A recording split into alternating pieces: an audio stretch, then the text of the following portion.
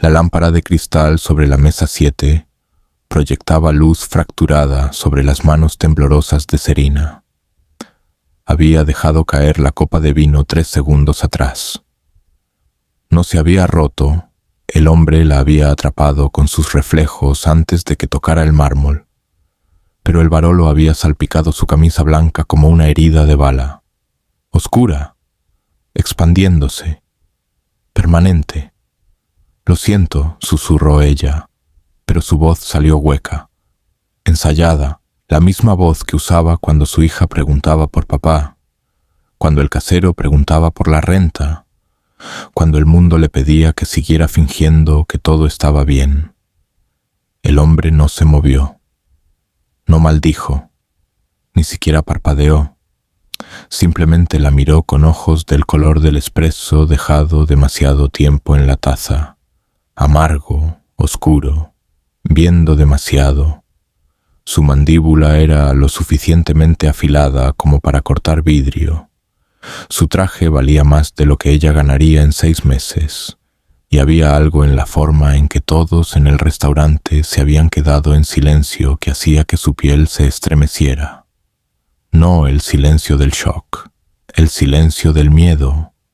«Mateo», dijo uno de sus acompañantes con cuidado, ajustando el bulto de la pistola bajo su chaqueta. «¿Deberíamos?»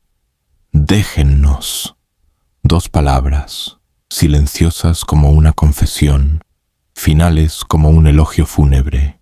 Los 3 hombres en la mesa se levantaron sin dudarlo, las sillas raspando el suelo pulido, pasos resonando hacia los cuartos traseros donde Serina sabía que era mejor no mirar. Había trabajado en Luminosa por 4 meses, el tiempo suficiente para saber qué mesas nunca recibían la cuenta, qué puertas permanecían cerradas, qué preguntas acababan carreras, o peor. Ahora estaba sola con él, Matteo Andretti. Había escuchado el nombre susurrado en la cocina, escuchado como un rezo o una maldición dependiendo de quién lo pronunciara. Dueño de la mitad del muelle, hijo del hombre que había convertido el nombre Andretti en leyenda o pesadilla, dependiendo de qué lado de la ley preguntaras. Él tomó la servilleta, secó el vino con movimientos tan controlados que parecían coreografiados. El olor a bergamota y pólvora flotaba entre ellos, colonia mezclada con algo más oscuro, algo que le hacía pensar en el funeral de su hermano, en ataúdes cerrados y preguntas sin respuesta. «Eres nueva», dijo él. No era una pregunta, un hecho. Él lo sabría. Hombres como él sabían todo lo que pasaba en habitaciones que poseían. 4 meses, respondió Serina, recogiendo los pedazos rotos de su compostura. Su cabello negro estaba recogido, su uniforme impecablemente planchado, pero se sentía expuesta, vista, como si él leyera cada secreto grabado en sus huesos. «¿Y en 4 meses le has derramado vino a alguien más?» «No, señor». «Entonces, ¿por qué a mí?» «Porque tus hombres estaban hablando coreano en la mesa detrás de ti», quería decir. «Porque reconocí el acento, dialecto de Seúl, formal militar, la misma cadencia que los hombres, que vinieron a mi apartamento hace 2 años. Los hombres que dijeron que buscaban a mi hermano. Los hombres que lo dejaron muerto en un almacén sin testigos y sin justicia. Porque cuando oí que mencionaban un auto afuera y te vi levantarte para irte, cada instinto en mi cuerpo gritó peligro. Pero no podía decir eso. No lo diría. No aquí. No a él. Estoy cansada», dijo en su lugar. Suficientemente cierto. Había trabajado un turno doble, luego recogido a su hija de la vecina a medianoche. La sostuvo mientras lloraba por una pesadilla. Durmió 3 horas antes de que la alarma la arrastrara de vuelta a esta prisión brillante. «Lo siento. No volverá a pasar». Mateo ladeó la cabeza, estudiándola con la intensidad de un hombre que había construido un imperio leyendo las mentiras de las personas. Afuera la lluvia empezó a caer. La escuchó golpeando las ventanas altas. vio las luces de la ciudad volverse manchas de acuarela, más allá del cristal. «Me tienes miedo», observó. «¿Debería?» Algo destelló en su expresión, no exactamente una sonrisa, no exactamente arrepentimiento. La mayoría de la gente sí, la mayoría de la gente probablemente tiene buenos motivos.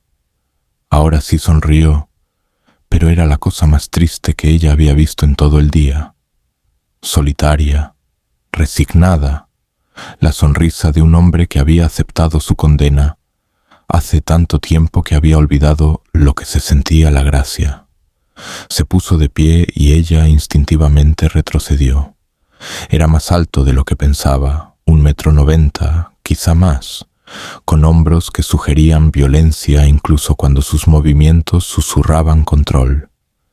Había una cicatriz en su mandíbula, tenue pero visible bajo la luz fría de la lámpara.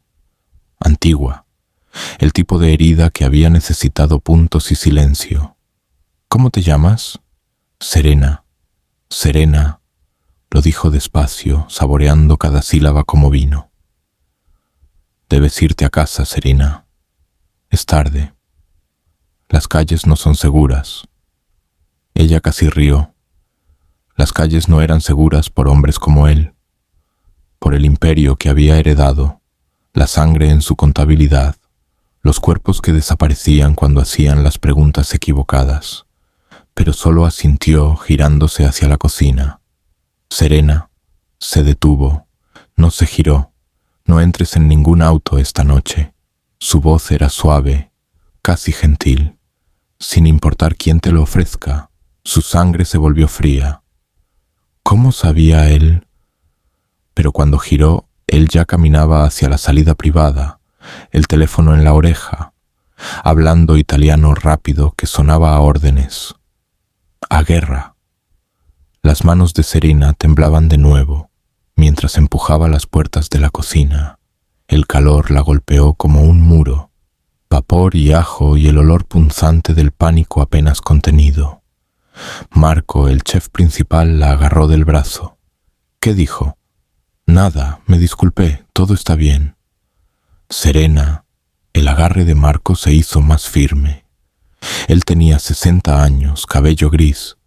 Había trabajado aquí desde antes de que ella naciera. «Escúchame. Hagas lo que hagas, no». La puerta de la cocina se abrió de golpe. Uno de los hombres de Mateo estaba allí, más joven que los demás, quizá 30, con una cara de revista y ojos como invierno. «El jefe quiere que vayas a su auto». «No». La palabra salió por instinto. Supervivencia. La sonrisa del hombre era puro filo. «No fue una petición, princesa». Serena miró a Marco. Vio la disculpa en sus ojos, la impotencia. Él tenía nietos, una esposa, cuentas. Haría lo que los hombres de Mateo dijeran, igual que todos en esta ciudad que querían despertar mañana. «Está bien», susurró ella, apretando su mano. «Estaré bien». Siguió al hombre por el pasillo trasero, pasando la bodega donde botellas que valían miles acumulaban polvo, pasando la oficina donde se guardaban los libros reales, los que el IRS nunca vería. La lluvia era más fuerte ahora, golpeando los tragaluces como balas, y en algún lugar a lo lejos escuchó sirenas. El auto la esperaba en el callejón privado, Mercedes negro, ventanas polarizadas, motor ronroneando como una amenaza. Pero Mateo no estaba dentro. Estaba de pie bajo la lluvia, el teléfono aún en su oído, su camisa blanca, la que ella había arruinado, pegada a su pecho. El agua corría por su rostro, pero parecía no notarlo, o no importarle. La vio, terminó la llamada, caminó hacia ella con pasos que devoraban la distancia como un depredador cerrando la casa. «Entra al auto, Serena». «No». Sus cejas se levantaron. «No. Me dijiste que no entrara en ningún auto esta noche».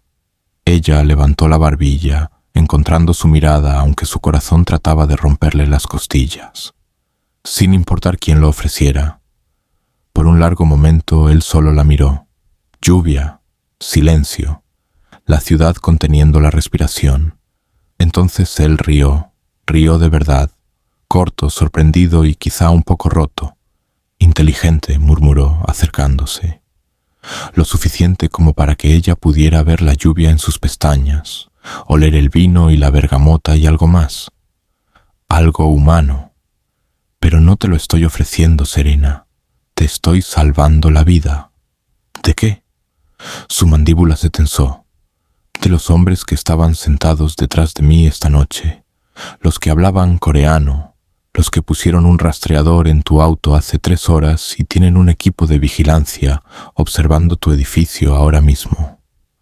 El mundo se inclinó. ¿Cómo tú? Porque prestó atención. Extendió la mano sin tocarla, simplemente sosteniéndola entre ellos como una ofrenda, como una elección, y porque tu hermano trabajó para mí antes de que trabajara para ellos, antes de que muriera intentando proteger información que podría quemar toda esta ciudad hasta las cenizas. Serena no podía respirar. Estás mintiendo. Ojalá lo estuviera. Su mano no tembló, pero si no entras al auto ahora mismo, te llevarán a ti. Y lo que te harán para extraer lo que creen que sabes hará que su muerte parezca misericordiosa. El trueno estalló en el cielo. El relámpago iluminó su rostro, todo ángulos afilados y cicatrices antiguas y algo que podría haber sido miedo genuino. No por él, por ella. ¿Por qué te importa?, susurró ella. Su expresión se cerró, se apagó, las murallas regresando. No me importa, dijo, pero le debo una deuda a tu hermano, y en mi mundo las deudas se pagan. Él se volvió hacia el auto. Esperó. Serena miró hacia el restaurante, la luz cálida, la sombra de Marco en la ventana, mirando, impotente. Luego miró la lluvia, la calle vacía, los lugares donde la oscuridad se acumulaba como tinta derramada, y pensó en su hija, su bebé, durmiendo en casa de la vecina, soñando con mañanas mejores. Entró al auto. Mateo se deslizó a su lado y la puerta se cerró con la finalidad de una bóveda sellándose. El interior olía a cuero y peligro. Su chofer se alejó del bordillo sin decir palabra, y la ciudad empezó a desvanecerse en cintas de luz y sombra. ¿A dónde vamos? A un lugar seguro. No hay ningún lugar seguro de hombres como tú. Él la miró entonces. De verdad, la miró. Y algo en su expresión se agrietó. Solo por un segundo. Solo lo suficiente para que ella viera al hombre bajo el monstruo. Tienes razón, dijo suavemente. No lo hay. Condujeron bajo la lluvia, pasando por vecindarios que se hicieron más oscuros y vacíos, hasta que los edificios dieron paso a un desierto industrial. Molinos viejos, almacenes abandonados, lugares donde los gritos morían antes de llegar a la calle, y Serena comprendió, con una claridad que sabía a ahogo, que había cometido un terrible error. El auto se detuvo frente a un almacén que parecía haber estado sangrando óxido durante décadas.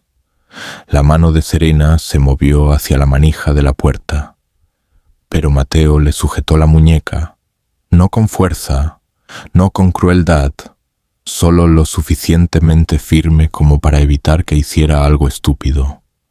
Sus dedos estaban cálidos a pesar de la lluvia, a pesar del frío interior de cuero, a pesar de todo.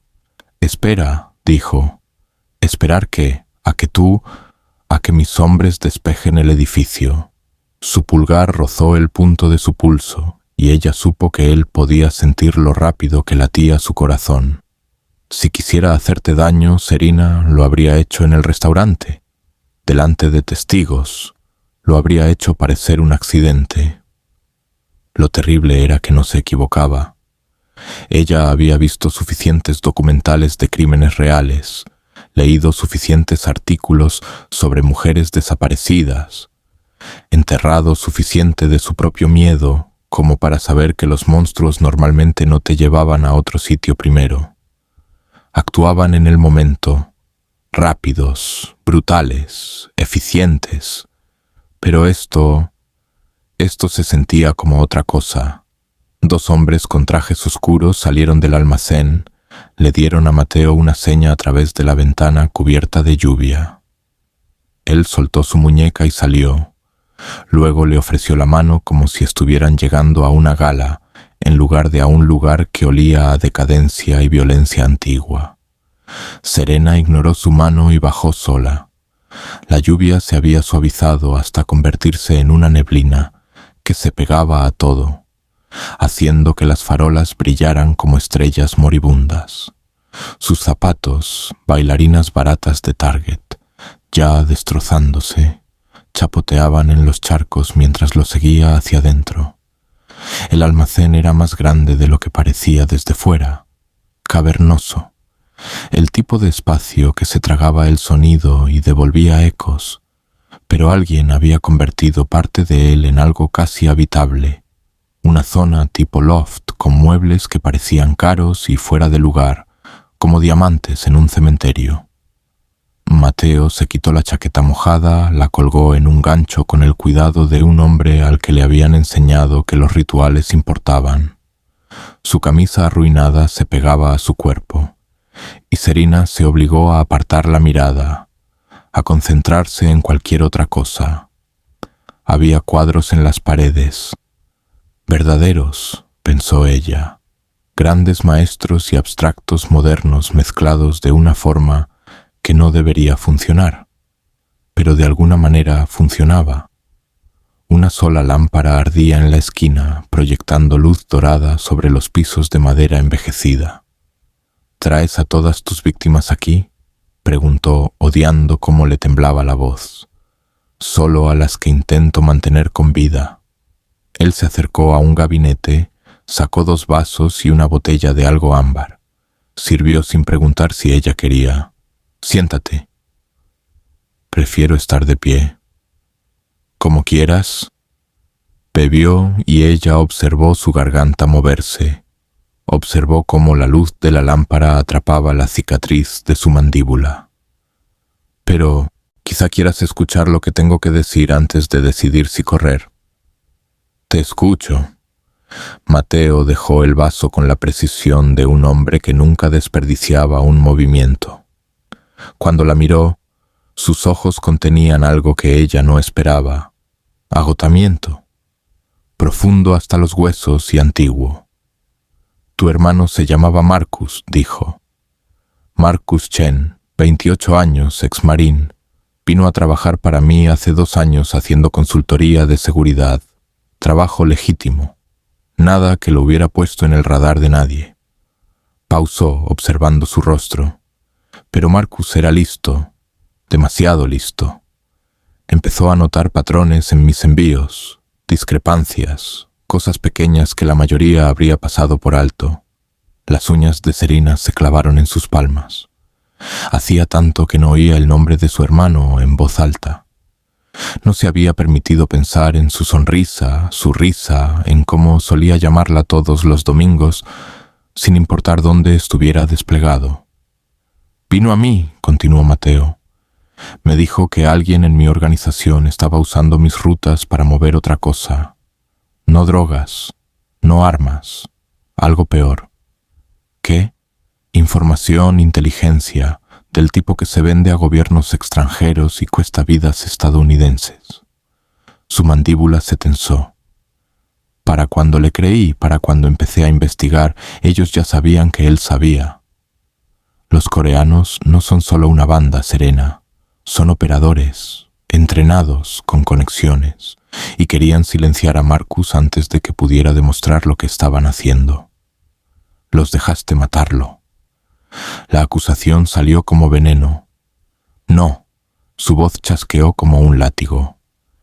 «Intenté protegerlo, lo puse en una casa segura, tenía a mis mejores hombres vigilándolo, pero él se escabulló. Dijo que tenía pruebas que necesitaba recuperar, algo escondido, algo que haría arder toda su operación hasta los cimientos». Levantó el vaso otra vez, pero no bebió. Lo estaban esperando. El almacén se sintió de repente demasiado pequeño, demasiado cerrado. Serena no podía conseguir suficiente aire. ¿Por qué me estás contando esto? Porque ellos creen que te dijo dónde lo escondió, las pruebas, y te han estado observando desde entonces, esperando a ver si los llevarías hasta ellas. No sé nada. Las palabras salieron desesperadas, verdaderas. Marcus y yo no habíamos hablado en meses antes de que muriera. Estaba intentando protegerme. Él siempre, su voz se quebró. Él siempre intentó protegerme. Algo se movió en la expresión de Mateo. Se suavizó, como si entendiera ese tipo particular de dolor. Te creo, dijo en voz baja, pero ellos no. Y esta noche, en el restaurante, cuando derramaste ese vino, cuando miraste a esos hombres detrás de mí, como si reconocieras algo, ellos se dieron cuenta. Lo había hecho. Dios la ayudara, lo había hecho. El de la izquierda había estado en el funeral de Marcus, de pie atrás, observando.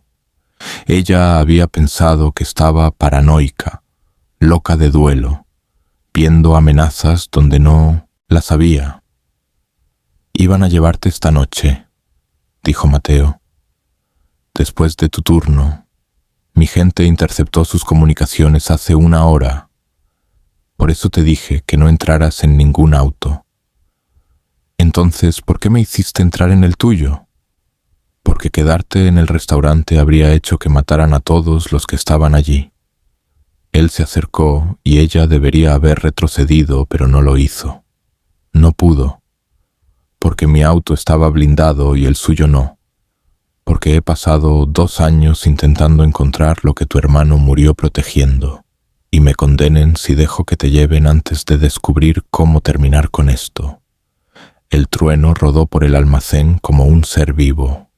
Mi hija, la voz de Serena se quebró. Si han estado vigilando mi edificio, está a salvo. Sacó su teléfono, le mostró una transmisión de video, la sala de estar de su vecina, su pequeña niña dormida en el sofá, una manta metida alrededor de sus hombros, un conejo de peluche apretado contra su pecho. Tengo hombres vigilándola, buenos hombres, hombres de familia. Nadie la toca, Serena, te lo prometo. Las lágrimas le ardieron en los ojos. Las odiaba, odiaba sentirse tan impotente, tan agradecida con un hombre que probablemente tenía más sangre en sus manos de la que ella podía imaginar. ¿Por qué? La pregunta salió rota. ¿Por qué te importa? Mateo guardó silencio un largo momento. La lluvia tamborileaba sobre el techo del almacén, un ritmo como latidos, como tiempo que se acaba. Porque fallé a tu hermano, dijo al fin. Porque vino a mí pidiendo ayuda y no actué lo bastante rápido. Porque murió bajo mi vigilancia, intentando hacer lo correcto en un mundo que castiga a la gente por eso. Alzó la mano, tocó la cicatriz de su mandíbula. Y porque sé lo que es perder a alguien y pasar el resto de tu vida preguntándote si podrías haberlo salvado. Había algo en su voz, algo crudo y real y completamente humano. Antes de poder detenerse, antes de poder pensar en todas las razones por las que era una idea terrible, Serena acortó la distancia entre ellos, sin tocarlo, solo lo suficientemente cerca como para ver los destellos dorados en sus ojos oscuros, lo suficientemente cerca como para ver el cansancio grabado en su rostro. ¿A quién perdiste? Su mandíbula se tensó. A todos los que me importaron. Ese es el precio de esta vida, Serena. Eso es lo que hombres como yo pagan por el poder. Entonces, ¿por qué hacerlo? Porque alguien tiene que hacerlo. Porque si yo no sostengo este territorio, alguien peor lo hará. Porque soy hijo de mi padre, y él construyó este imperio sobre la idea de que los monstruos todavía pueden tener códigos. Rió amarga y filosa. Eso no me hace menos monstruo, solo me hace predecible. Ella debería haber tenido miedo, debería haber huido, Pero de pie allí bajo la luz dorada de la lámpara, con la lluvia cayendo como lágrimas y el mundo entero sintiéndose demasiado pesado, lo único que sentía era cansancio. Cansancio de huir, cansancio de tener miedo, cansancio de cargar el duelo como piedras en los bolsillos. «¿Qué pasa ahora?», susurró. La mano de Mateo se levantó, casi tocó su rostro, luego cayó, como si hubiera recordado algo, como si se hubiera detenido antes de cruzar una línea. «Ahora encontramos lo que tu hermano escondió, hacemos arder su operación hasta las cenizas». Y luego pausó, algo titilando en sus ojos, algo que parecía esperanza antes de morir. «Luego vuelves con tu hija y olvidas que alguna vez me conociste». «¿Y si no puedo olvidar?». La pregunta se quedó entre ellos como humo, peligrosa, embriagadora. Mateo dio un paso atrás, tomó su chaqueta con manos que no estaban del todo firmes. «Entonces serías más lista de lo que pensaba». Un teléfono vibró. El de él. Contestó en italiano, su voz bajando a ese registro frío y autoritario que le hacía pensar en órdenes y recuentos de cuerpos. Cuando terminó la llamada, su expresión había cambiado, se había endurecido. «Han hecho un movimiento», dijo. «Enviaron a alguien a tu edificio. Mis hombres se están ocupando, pero...». La miró y ella vio el cálculo detrás de sus ojos, el juego de ajedrez. «Se están desesperando, lo que significa que creen que sabes algo, o que están intentando hacer que yo salga». «¿Cuál de las dos es?». «Quizá ambas».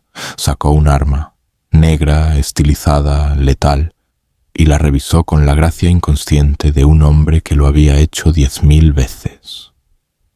«De cualquier forma, no podemos quedarnos aquí. Hay una casa segura en Connecticut, remota, segura.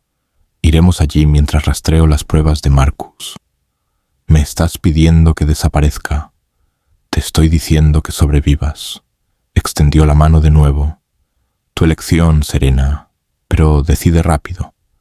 Ella pensó en su hija, en la vida que habían construido con pedazos rotos, pequeña, frágil, preciosa, en Marcus y su promesa de protegerla siempre, incluso desde la tumba, en este hombre peligroso, de ojos tristes y manos manchadas de sangre, ofreciéndole algo que podría ser salvación o podría ser condena. Tomó su mano. Sus dedos se cerraron alrededor de los de ella, cálidos y firmes, y por solo un segundo sintió que algo se movía en su pecho, algo que había estado congelado durante 2 años empezando a resquebrajarse. «Está bien», exhaló. «Está bien». Se dirigieron hacia la puerta, pero Mateo se detuvo de pronto, todo su cuerpo quedándose rígido. Su mano fue al arma, sus ojos escaneando la oscuridad más allá de las ventanas. «¿Qué?» «Shh». Su agarre en la mano de ella se hizo más fuerte. «No estamos solos». Y entonces ella lo oyó. Pasos, varios, moviéndose con precisión militar a través de la noche empapada de lluvia. Mateo la colocó detrás de él, su cuerpo siendo un muro entre ella y lo que fuera que se acercaba. Su teléfono vibró otra vez. Él le echó un vistazo y su rostro se puso pálido. «¿Tienen a tu hija?». El mundo se detuvo. «¿Qué?». «Los hombres en casa de tu vecina no responden. La transmisión de seguridad fue cortada. Serena». Él giró hacia ella y ella vio algo que nunca habría esperado ver en los ojos de un jefe mafioso. Pánico. Lo siento mucho. Esto es...». La puerta del almacén estalló hacia adentro. Hombres irrumpieron por la entrada destrozada como agua a través de una represa rota. 6, quizás 7, todos vestidos con equipo táctico negro, rostros cubiertos moviéndose con la precisión sincronizada de una unidad de operaciones especiales. Mateo disparó 2 veces sin dudar. 2 hombres cayeron, los otros se dispersaron encontrando cobertura detrás de vigas de acero y maquinaria vieja. El fuego de respuesta iluminó el almacén como relámpagos, balas saltando sobre el metal, destrozando la madera. Serena no podía respirar, no podía pensar más allá del ruido blanco gritando en su cabeza. «Tienen a tu hija». Mateo le agarró el brazo, tiró de ella hacia un pasillo trasero que ella no había notado antes. «¡Corre! Mi bebé, la voy a traer de vuelta».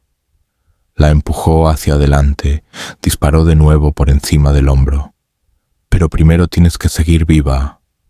Corrieron a través de la oscuridad, por pasillos que olían a óxido y lluvia y muerte antigua. Detrás de ellos ella oyó gritos en coreano, oyó más disparos, oyó las respuestas de Mateo, controladas, calculadas, cada tiro encontrando su objetivo. Era bueno en esto, demasiado bueno, y ese pensamiento la aterrorizó casi tanto como todo lo demás. Irrumpieron en otra sección del almacén, más pequeña, más estrecha, llena de contenedores de envío viejos apilados como ataúdes de acero. Mateo la arrastró detrás de uno, su respiración controlada a pesar de la carrera, a pesar de las balas, a pesar de todo. «Escúchame». Sus manos enmarcaron su rostro, la obligaron a enfocarse. «Hay una puerta al fondo, letrero rojo de salida. Mi chofer te espera allí. Corres, no miras atrás, llegas a la casa segura. La dirección está en el teléfono que te doy». Le presionó un móvil desechable en las manos temblorosas. «Mi gente encontrará a tu hija, te lo juro, sobre la tumba de mi padre. ¿La encontrarán?» «No». Las lágrimas le corrían por la cara ahora. «No, no me voy sin...» «Serena». Su frente se apoyó contra la de ella, su aliento cálido en sus labios. «No puedes ayudarla si estás muerta, y yo no puedo luchar contra ellos y protegerte al mismo tiempo. Por favor, confía en mí». Nunca había confiado menos en alguien, nunca había querido confiar más. «Prométemelo», susurró, «prométeme que la traerás de vuelta». «Lo prometo». La besó entonces, fuerte, desesperado, sabiendo a lluvia y pólvora y a Dios. Duró 3 segundos, quizá 4, lo suficiente para que su mundo se inclinara sobre su eje, lo suficiente para que entendiera que esto ya no se trataba solo de su hermano. Nunca se había tratado solo de su hermano. Mateo se separó, los ojos ardiendo. «Corre, ahora». Luego salió de la cobertura y comenzó a disparar. Serena corrió. Corrió como si la vida de su hija dependiera de ello, porque dependía. Corrió a través del laberinto de contenedores, sus zapatos resbalando sobre el concreto mojado de lluvia y aceite, y probablemente sangre. Detrás de ella, los disparos eran ensordecedores, interminables. Oyó a Mateo gritar órdenes en italiano. Lo oyó reír de verdad, en medio del caos. El hombre estaba loco, o quizá solo estaba roto de formas que ella empezaba a entender. El letrero rojo de salida ardía delante como salvación. Ella golpeó la puerta y salió a un callejón donde una SUV negra esperaba al ralentí, motor encendido, el chofer inclinado ya hacia el lado para empujar la puerta del pasajero. «¡Entra!». Se lanzó dentro. La SUV salió disparada antes incluso de que ella cerrara la puerta, las llantas chillando contra el pavimento mojado.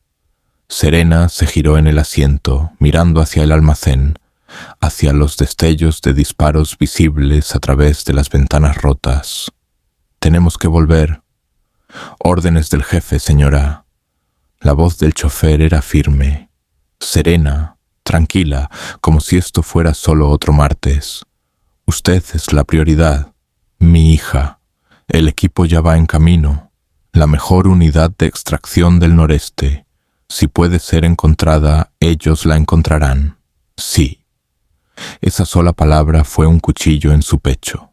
Serena apretó el móvil desechable que Mateo le había dado, las manos temblándole tanto que apenas podía sostenerlo.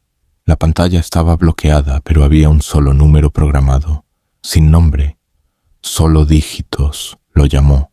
Sonó una vez, dos, luego. Serena. No era Mateo. Una voz de mujer, mayor, cansada. Me llamo Sofía. Trabajo para Mateo. ¿Estás a salvo?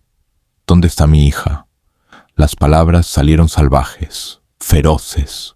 La estamos buscando. El apartamento fue comprometido hace 12 minutos. Trabajo profesional. Cortaron las cámaras, neutralizaron a los guardias, entraron y salieron en 90 segundos. Pero dejaron algo atrás. ¿Qué? Una pausa. Luego, un mensaje para ti. La sangre de Serena se volvió hielo. ¿Qué dice? Los pecados del hermano recaen sobre la hermana. Tienes 24 horas para traernos lo que Marcus robó o tu hija paga su deuda.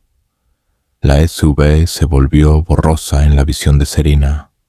No podía respirar. No podía. Estamos rastreando sus comunicaciones, continuó Sofía, su voz suave pero firme. Tenemos pistas. La mejor gente de Mateo está en esto. Pero Serena, necesito que te concentres.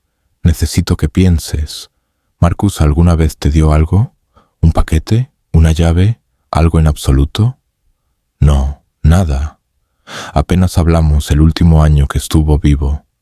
Estaba intentando mantenerme a salvo. Su voz se quebró. Siempre intentaba mantenerme a salvo.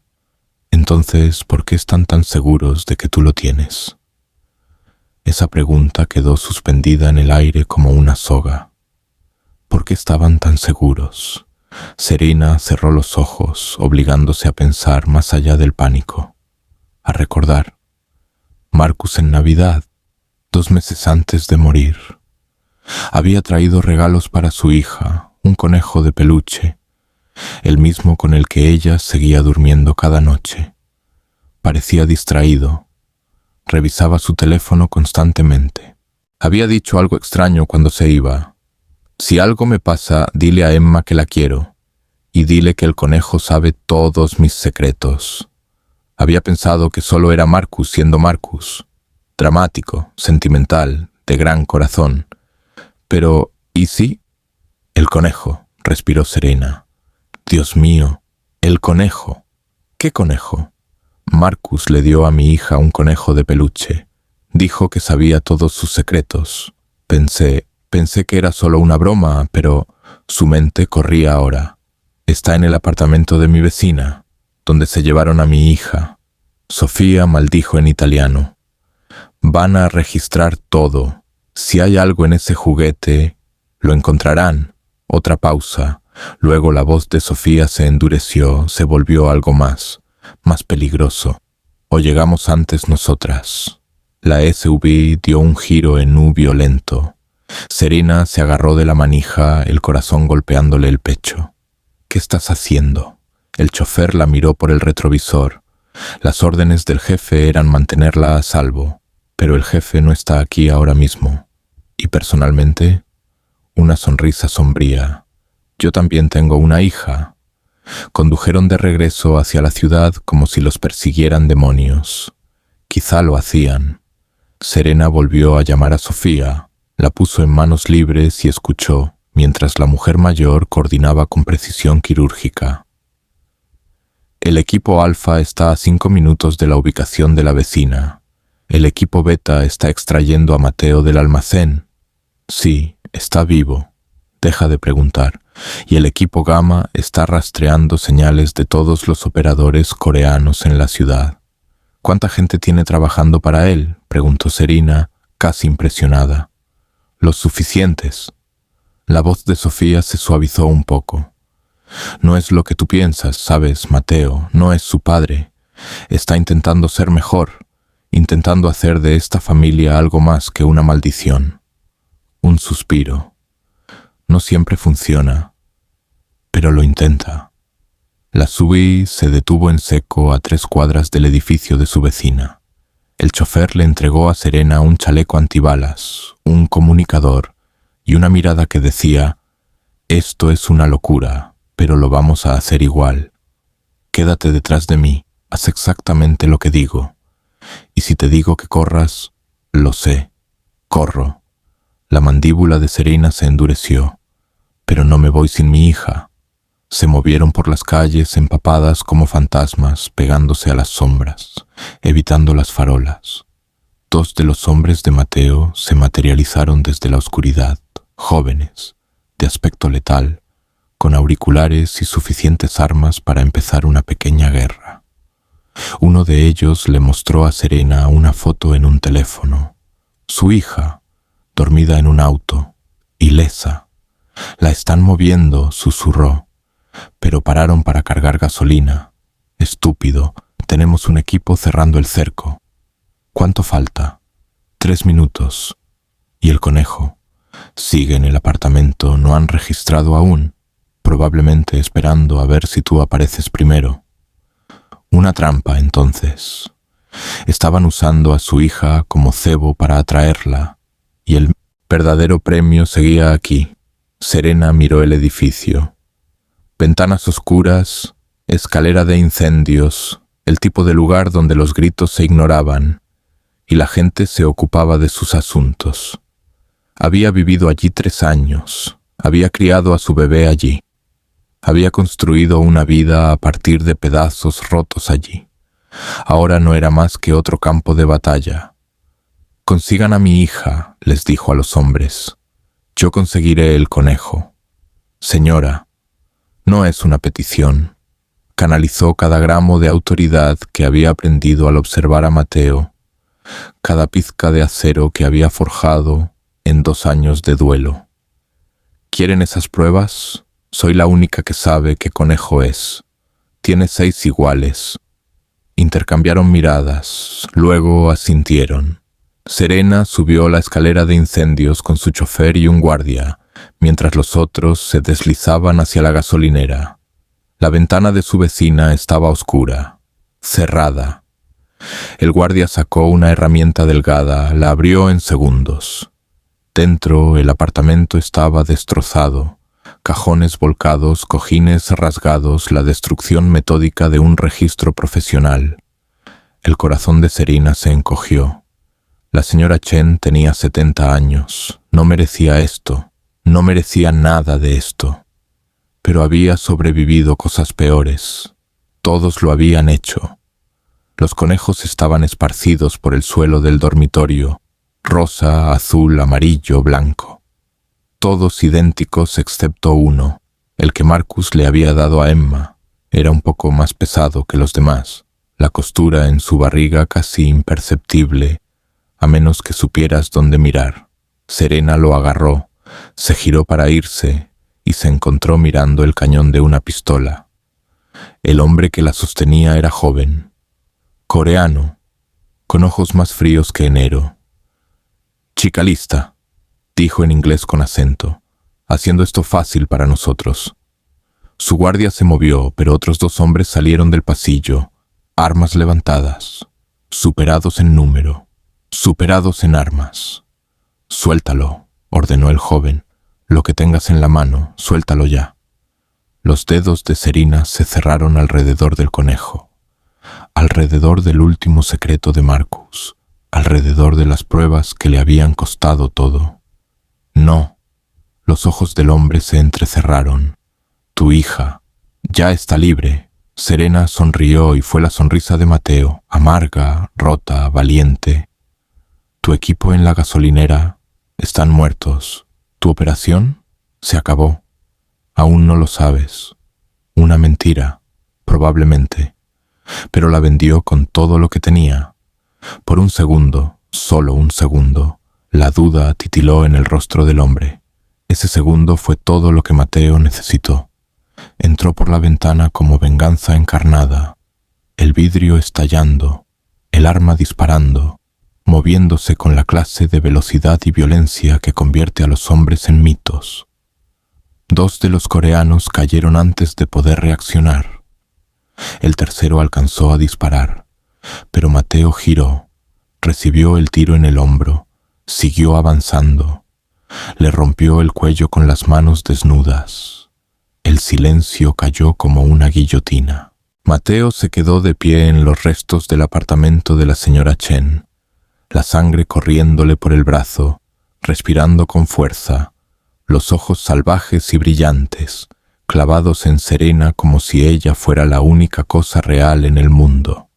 Tú, dijo con la voz áspera como grava, eres la mujer más exasperante que he conocido. Prometiste que traerías de vuelta a mi hija. Lo hice. Está en la sube abajo, a salvo, llorando por ti. Su mandíbula se endureció. Pero se suponía que tú debías estar en la casa segura. Y tú se supone que debías estar saliendo del almacén. Serena apretó el conejo contra su pecho. Supongo que los dos somos pésimos siguiendo órdenes. Algo que podría haber sido una risa murió en su garganta. Se tambaleó un poco y ella se dio cuenta de cuánta sangre estaba perdiendo, de lo pálido que estaba bajo la luz amarillenta, de lo humano que era. Ella cruzó hacia él, le sujetó la cara, ignorando la sangre, la muerte, el caos, y lo besó. Lo besó de verdad, lo bastante fuerte como para doler, lo bastante profundo como para importar. Cuando se apartó, sus ojos estaban más abiertos que nunca. ¿Y eso por qué fue? Por cumplir tu promesa. Le metió el conejo en la mano ilesa. Ahora cumple el resto. Encuentra lo que Marcus escondió. Quémalos a todos. Mateo miró el conejo. La miró a ella. Algo cambió en su expresión, algo masivo y tectónico e irreversible. «Vente conmigo», dijo en voz baja. «Tú y Emma. Vengan conmigo y déjenme mantenerlas a salvo». «¿De qué? ¿De tu mundo? Tú mismo lo dijiste. No hay ningún lugar seguro de hombres como tú. Entonces déjame ser el monstruo que vigila tu puerta en lugar del que la golpea». Su pulgar rozó su pómulo, dejando una mancha de sangre que parecía pintura de guerra. «Sé lo que soy, Serena, sé lo que he hecho. Pero también sé que he pasado 2 años intentando hacer que la muerte de tu hermano signifique algo. Y esta noche, mirándote, creo que quizá...». Su voz se quebró. «Quizá ya lo hace». Las sirenas aullaron a lo lejos. Policía. Ambulancias. La ciudad despertando a una nueva violencia.